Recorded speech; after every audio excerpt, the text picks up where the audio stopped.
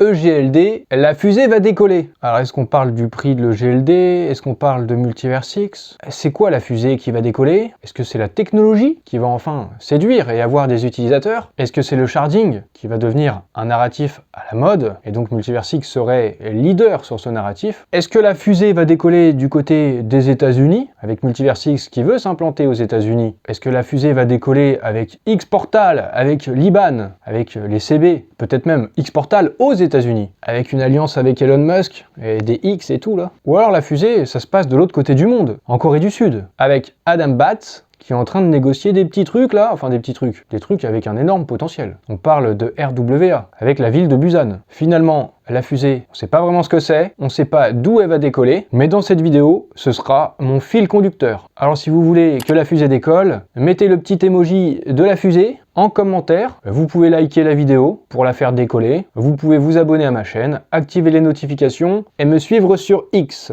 J'investis dans les cryptos pour être riche dans le futur, paire de couilles dans le futal, ainsi soit-il, mon bitcoin et mon couteau. Avant de parler de la fusée qui décolle, qui doit décoller, ou qu'on espère qu'elle décollera, je vais revenir sur le stablecoin euro, qui pourrait être lancé par Multiverse X. Dans une vidéo récente, j'ai abordé ce sujet et on se posait la question de si Benjamin, lors de sa présentation, parlait d'un stablecoin lancé par X-Money, et donc Multiverse X, ou s'il parlait de l'USH d'Atom Protocol. Il y a un argument très valable de Devi Crypto qui va dans le sens que ce serait plutôt un stablecoin de Multiverse X, et donc pas l'USH. Dans sa présentation, dans cette vidéo, à un moment, il y a Benjamin qui dit une expérience qui se construit depuis des années à propos du stablecoin dont parle Benjamin. Les discussions sur la recherche ont commencé dès qu'ils ont obtenu les licences avec X-Money, et ces licences, c'est une des raisons pour lesquelles ils ont acheté à l'époque Utrust, qui est donc devenu X-Money. Alors que de l'autre côté, l'USH n'est en préparation que depuis 1 an et pas depuis des années, comme l'a dit Benjamin Minkou. Du coup, en principe, définitivement, ça devrait écarter l'USH, et en plus, là, cet argument de Devi Crypto, lui-même, il est ambassadeur pour Atom Protocol. Donc, je clôt ce petit point sur le stablecoin, on a hâte de voir ça, espérons pour l'année 2025. Autre chose d'intéressant, avant de directement entrer dans le vif du sujet, mais en même temps, ça va pouvoir nous introduire sur cette fusée, parce qu'on sait pas forcément ce que c'est la fusée, mais peut-être que c'est la tech. Et il y a quelqu'un sur X qui s'appelle Mentor, qui a fait une petite expérience. Il a exécuté un nœud Multiverse X sur un smartphone. Et ça, c'est pas possible sur toutes les blockchains. Ça montre la qualité de la tech de Multiverse X. La scalabilité, c'est pas seulement au niveau des performances du réseau à traiter un grand nombre de transactions. La scalabilité, la mise à l'échelle, ça concerne aussi la décentralisation. Plus il est facile de faire tourner un nœud, et là en l'occurrence, ça a l'air facile puisqu'on peut le faire sur un smartphone, et plus la décentralisation sera grande et passera à l'échelle. Il y a une discussion sur ce sujet entre un membre de la communauté Multiverse X et Justin Bones. Ce membre de la commu disait grosso modo qu'avec la tech de Multiverse X, ça demandait peu de ressources pour faire tourner des nœuds. Il y a les hérotags qui sont pseudonymes, la scalabilité de la blockchain, la décentralisation, ça fait partie des qualités de Multiverse X. Et Justin Bones,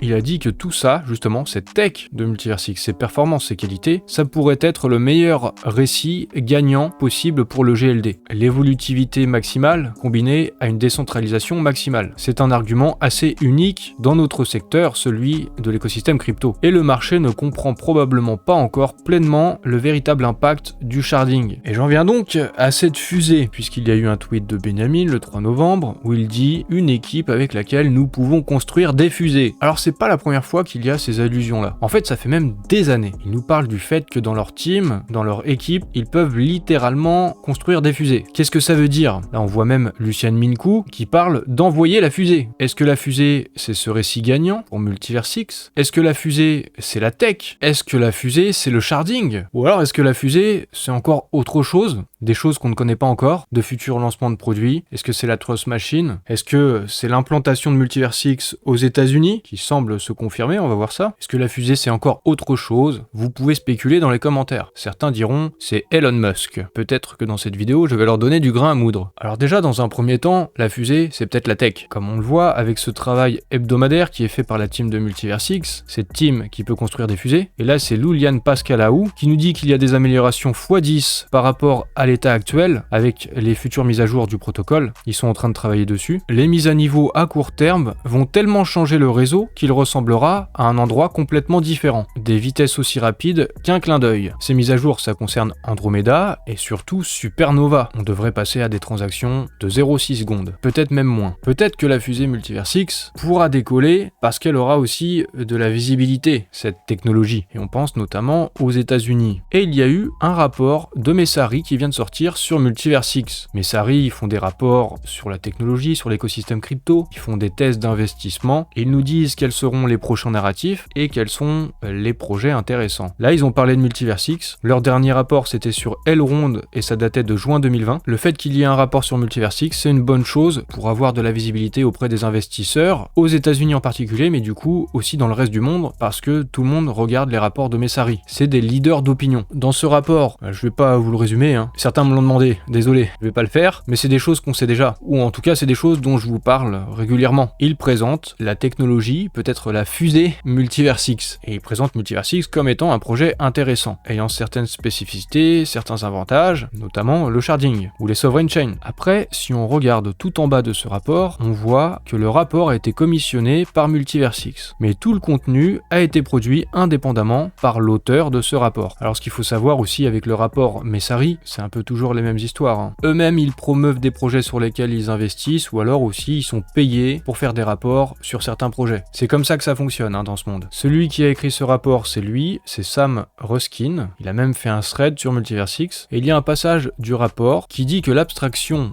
de compte, le fait que le Web 3 fonctionne comme le Web 2, l'abstraction est notablement absente de la roadmap technique de Multiverse X. Mais c'est intentionnel, le réseau est construit avec l'abstraction comme concept fondamental. Messari reconnaît l'expérience sans friction du réseau Multiverse X. Cette petite phrase, elle est intéressante. L'abstraction, c'est un narratif dans la crypto, c'est quelque chose que doit implémenter Ethereum, entre autres. Voilà, c'est intéressant de voir que dans le rapport, ils disent que ça fait partie des concepts fondamentaux de Multiverse X. Ils n'ont pas besoin de l'implémenter, c'est déjà là. Donc voilà, ça c'est pas mal pour la visibilité auprès des investisseurs aux États-Unis et dans le reste du monde. Et en parlant des États-Unis justement, il y a Benny qui retourne aux States en cette fin de semaine. Alors pour vous qui regardez la vidéo dimanche, en principe là, il y est déjà. Peut-être qu'on a eu des news. Pour le savoir, il faut aussi me suivre sur X. Vous pouvez aussi activer les notifications sur X. Je vous rappelle de temps en temps les fondamentaux. Benny qui retourne donc aux États-Unis, il nous dit qu'il est dans les tranchées. On n'oublie pas le vocabulaire guerrier, c'est le war mode. Le war mode, ça veut dire vous mettez un like à la vidéo. Benny est en train de cuisiner. On peut se demander qu'est-ce qu'il est en train de cuisiner. Peut-être le décollage de la fusée. C'était un tweet avant les élections US. Il a dit que c'était un grand jour aujourd'hui pour les États-Unis, qu'il y avait un potentiel énorme de hausse et de changement d'ambiance. Alors vous aurez remarqué, il est allé aux États-Unis juste avant les élections, il y retourne juste après. Qu'est-ce qu'il va faire là-bas? Peut-être qu'il s'occupe des préparatifs pour le décollage de la fusée. Après, vous n'êtes pas sans savoir, c'est Trump qui a été élu président des États-Unis. Elon Musk maintenant qui fait partie de l'équipe de Trump. Elon Musk qui va même avoir un rôle à jouer dans le prochain gouvernement. Et bien après la victoire, il a fait un tweet dans lequel il dit que l'Amérique est une nation de builders, de bâtisseurs, de constructeurs. Bientôt, soon, vous serez libre de construire. Benjamin, il a cote le tweet d'Elon Musk, le drapeau des États-Unis, le feu et le petit bonhomme au garde à vous. Comment interpréter ça? Moi je dirais que Benny, il est prêt pour les États-Unis. Alors ça veut pas forcément dire qu'il est de mèche avec Elon Musk. Ça peut juste vouloir dire que maintenant les conditions sont claires pour les États-Unis, ils savent à quoi s'en tenir, et comme je vous disais dans une vidéo récente, ils vont peut-être pouvoir s'implanter aux States et se faire connaître là-bas, et se faire connaître du monde entier, ce qui pourra faire décoller la fusée, vous avez capté. Du coup on peut se dire soon Multiverse X aux États-Unis. Et si vous ne l'avez pas encore vu, je vous renvoie vers cette vidéo, une vidéo qui est sortie il y a pas longtemps sur ma chaîne, j'en sors pas mal ces derniers temps. Si vous l'avez pas vu, regardez-la pour mieux comprendre la stratégie pour aller s'implanter aux États-Unis. Alors toujours pour parler des fusées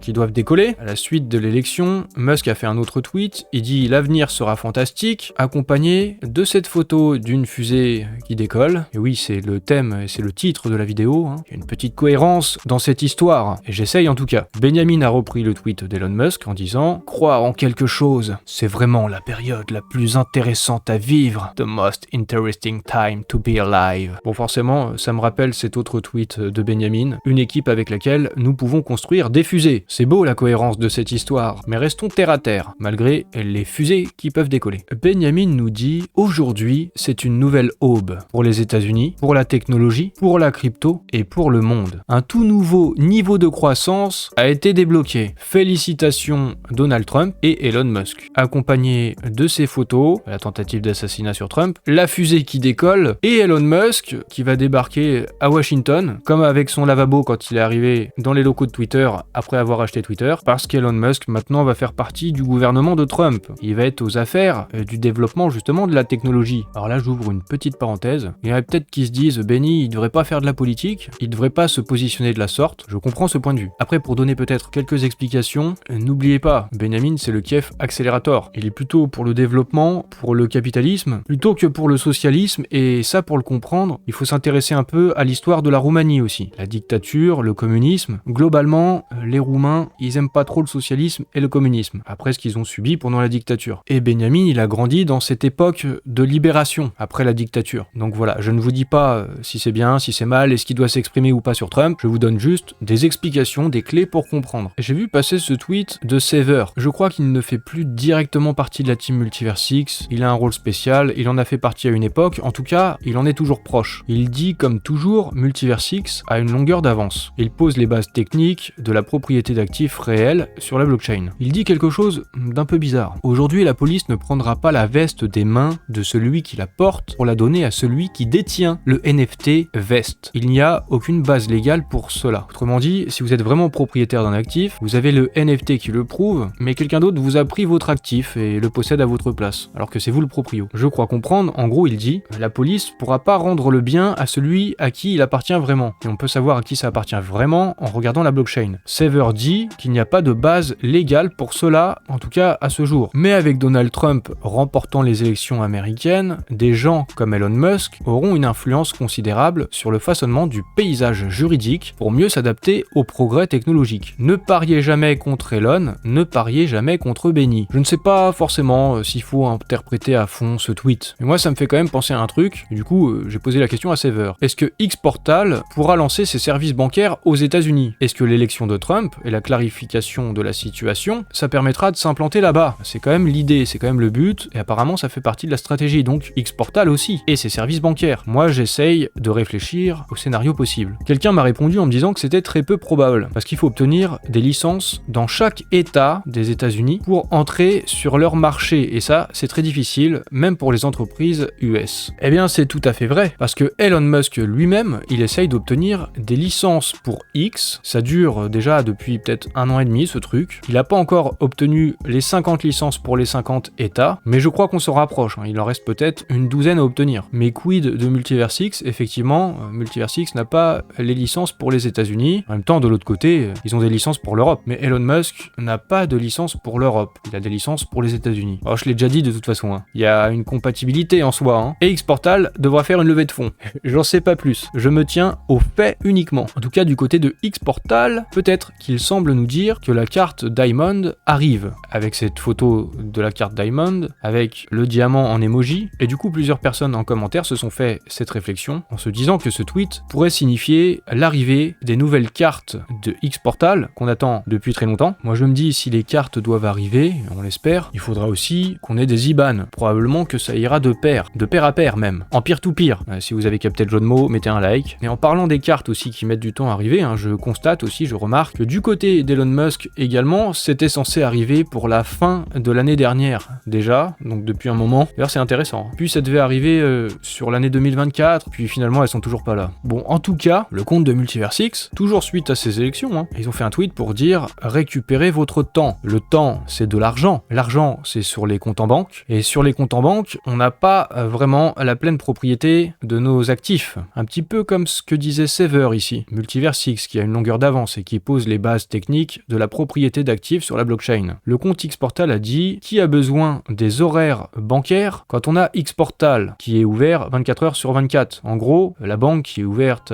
je sais pas moi, de 8h30 jusqu'à 18h30, alors qu'on va avoir Xportal qui doit devenir une banque, et donc ça passe par un IBAN, et par les cartes, comme celle montrée ici. On n'aura donc plus besoin des banques, et on aura la pleine propriété de nos actifs. Toujours suite à l'élection de Donald Trump, le compte Multiverse X a publié cette image, « Make sharding great again ». Voilà, vous captez, c'est comme le slogan de Donald Trump, « Make America great again ». Alors cette fusée qui va décoller, est-ce que c'est le sharding du coup? Bon bah je sais pas moi, je vous présente présente juste plein d'informations en vous racontant une histoire pour essayer de vous intéresser. À la suite, on verra bien. Je vous signale aussi du côté de Xmoney, les guildes sont live. Et Xmoney, ce sera aussi lié à Xportal, à ses licences bancaires, au stablecoin, à l'IBAN et tout ça. Il y a plusieurs guildes qui ont été constituées. On voit Xmoney Labs, on voit la fondation Multiversix, on peut voir Buldy ici, mais la plupart des autres guildes, à l'heure actuelle, restent anonymes. On ne sait pas qui c'est derrière. En tout cas, moi, je sais pas. En parlant de fusées susceptibles de décoller, je vous ai dit dans l'intro, ça peut décoller du côté des États-Unis, mais peut-être aussi du côté de la Corée. Adam Bates a publié cette vidéo. Il était donc en Corée du Sud, comme vous le savez. Il a fait ce tweet en disant « Vous voulez faire de grandes affaires en Corée du Sud, vous devez créer une grande marque, donc pour Multiversix. Et il n'y a rien de plus grand et de plus visible que les affiches numériques à Séoul. Multiversix prend le contrôle de Gangnam, qui sait ce que l'avenir nous réserve. » Bon bah du coup moi, supposition, pendant le X-Day de Séoul qui doit avoir lieu en avril 2025, il y aura de la pub sur les grands écrans là ici, dehors, dans la rue, pour Multiversix. Voilà, je prends le pari, il y a des chances que ça se fasse. Adam Bates il nous a aussi signalé qu'il a donné une interview pour le Korea Times, pour parler en l'occurrence de Multiversix. Et il y a quelques trucs sympas qu'on y apprend, j'ai l'impression qu'il y a quelque chose d'intéressant. Dans cet article, à un moment, Adam Bates déclare que Multiversix est à la recherche de partenariats avec des organismes gouvernementaux et de grands acteurs du marché en Corée. Il a aussi dit « Nous avons parlé à des exchanges innovants comme Bedan et son PDG Kim Sang-min, avec qui nous espérons nous associer. » Généralement, quand on dit des choses de ce genre publiquement, c'est qu'on est à un stade quand même assez avancé des négociations, en principe, je pense. Je dirais même qu'il faut peut-être partir du principe que le deal est déjà fait. Et dire publiquement qu'ils espèrent s'associer, c'est peut-être envoyer le signal à des investisseurs, à des VC, parce qu'il y a des levées de fonds en cours en ce moment. C'est peut-être pour leur envoyer le signal, oui, tu fais bien d'investir sur nous. On a des beaux trucs qui se préparent. Des fusées qui doivent décoller. J'ai fait mes petites recherches pour comprendre la fusée coréenne. Le Bedan, c'est l'abréviation de Busan Digital Asset Nexus, une marque du Busan Digital Asset Exchange. Leur objectif, c'est de créer un marché pour les actifs du monde réel sous forme tokenisée, donc le RWA. L'idée, c'est de transformer les biens physiques ou financiers traditionnels, comme l'immobilier, les métaux précieux, les droits de propriété intellectuelle ou même l'or, en tokens numériques sur une blockchain. Cela permettrait de rendre ces actifs plus liquides, accessibles à un plus large public et de faciliter leur trading de manière sécurisée et transparente. On en revient encore un peu à ce que disait Sever tout à l'heure en parlant de Multiversix qui pose les bases techniques de la propriété d'actifs réels sur la blockchain. Je n'oublie pas non plus le XD satellite de Munich qui était orienté sur le RWA. Benjamin Minkou qui a parlé de l'idée d'intelligence artificielle dans les actifs, dans les assets. Il y avait aussi ce visuel qui parlait du RWA, qui parlait de la possibilité de tout tokeniser. Les métaux précieux du coup comme l'or, le marché de la dette, le stock market, l'immobilier, les produits dérivés. Et donc tout ça, ça correspond aux objectifs du Bedan dont le PDG, Kim Sang-min, a rencontré Adam Bates récemment là. Vous voyez un peu où je veux en venir. Et si la ville de Busan s'associe à Multiversix pour tokeniser les actifs. En plus de ça, Adam Bates, il a rencontré récemment le maire de Busan. Du coup, je sais pas, moi la fusée, c'est du côté des États-Unis, c'est du côté de la tech, c'est du côté de la Corée. On en saura peut-être plus. Des trucs seront peut-être officialisés en avril prochain au XD Global de Séoul. On arrive sur la fin de cette vidéo, mais je voulais vous montrer ce tweet de Grigory Rossou, le boss de Runtime Verification et de P-Squared. Il a repris un tweet de Mentor, celui qui fait tourner un node de Multiversix sur un smartphone. Il l'a félicité, il a dit que c'était très puissant et il a aussi félicité Multiversix. Alors je vous montre ce tweet, je pense vraiment pas que P-Squared va lâcher Multiversix. Je vous en ai parlé dans plusieurs vidéos, je pense que leur collaboration, elle est vraiment toujours d'actualité. Je voulais juste vous montrer ce petit tweet. Je vais vous parler un peu maintenant du prix de l'EGLD, parce qu'il y a Maverick, un compte avec 146 000 abonnés presque. Il a parlé de Multiversix à sa commu, en disant que Multiversix s'annonce comme l'une des blockchains les plus évolutives et les plus sécurisées du game. Et le signal sur le graphique montre une opportunité sérieuse. De ce qu'il analyse sur le graphique, la figure montre qu'on va vers une hausse explosive, et il fait du DCA sur le GLD. Alors il doit y avoir d'autres traders qui voient ça, le Falling Wedge Pattern, et si moi-même je vois ce triangle là, je vois cette compression, si moi-même, qui ne suis pas spécialisé sur l'analyse technique, je vois qu'il y a des chances là que ça pète et que ça ressort par le haut, il doit y avoir un certain nombre de traders qui le voient aussi. Alors est-ce que finalement la fusée qui doit décoller c'est le prix de l'EGLD? Évidemment, nous l'espérons. Du coup, vous avez compris, je ne sais pas bien ce que c'est cette fusée. Je ne sais pas non plus d'où elle va décoller. Mais il y a quand même plusieurs pistes, à droite à gauche, aux États-Unis, en Corée du Sud, concernant le RWA, concernant X-Portal. Peut-être que la fusée c'est tout ça en même temps, et peut-être que ça pourra faire un beau feu d'artifice au cours de ce bull run. On l'espère évidemment le décollage pour le prix de le GLD. Alors n'oubliez pas la petite fusée dans les commentaires, de mettre votre like, de vous abonner, d'activer les notifications et de me suivre sur mes réseaux sociaux.